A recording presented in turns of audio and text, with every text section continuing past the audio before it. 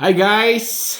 At ayun na nga, dumali na naman si Pogi. Ayan, paggising ko kaninang umaga, masama pakiramdam ni Pogi, kakaluto. Ayan, kaya pumunta kagad ako sa doktor, guys. Ayun, nagpa-check up tayo. Siyempre, kailangan para lagi tayong in good health. Kailangan magpapa-check up tayo pag nakakaramdam tayo ng hindi maganda. Kaya ayun, tinanong ako ni Doc kung anong nararamdaman ko. Sabi ko, masama pakiramdam ko, Doc eh. Sige, ito, re-resetahan kita. Sabi ni Doc, ayan. Okay, kaya yung pagka-reseta sa akin, Doc, binili ko kaagad yung gamot. Kaya ito, papakita ko sa inyo yung gamot na nireseta sa akin ni Doc. Ayan. Yan. Yan. Yan. Ito yun.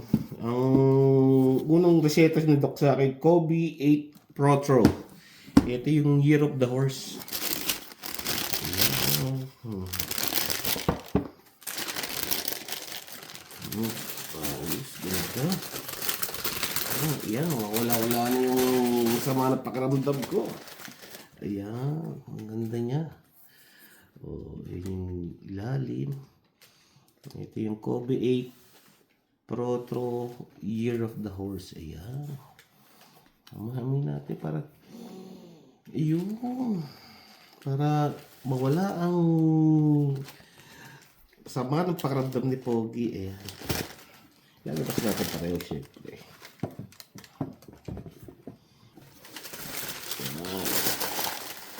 Akala ko, isang gamot na yung reseta sa akin ni Doc, dalawa pala.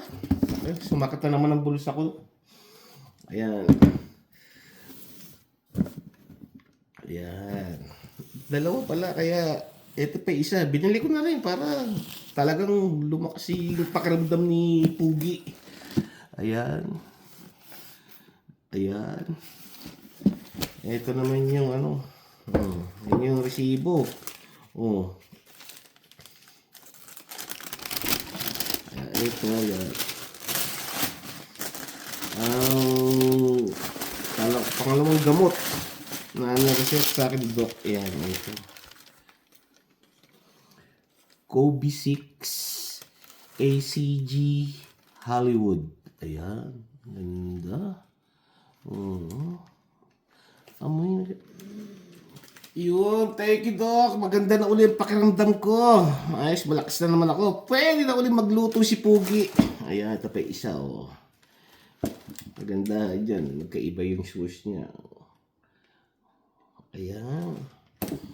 Ito naman, blue din yung bathtub. Ito yung red. Napakaganda, 3D.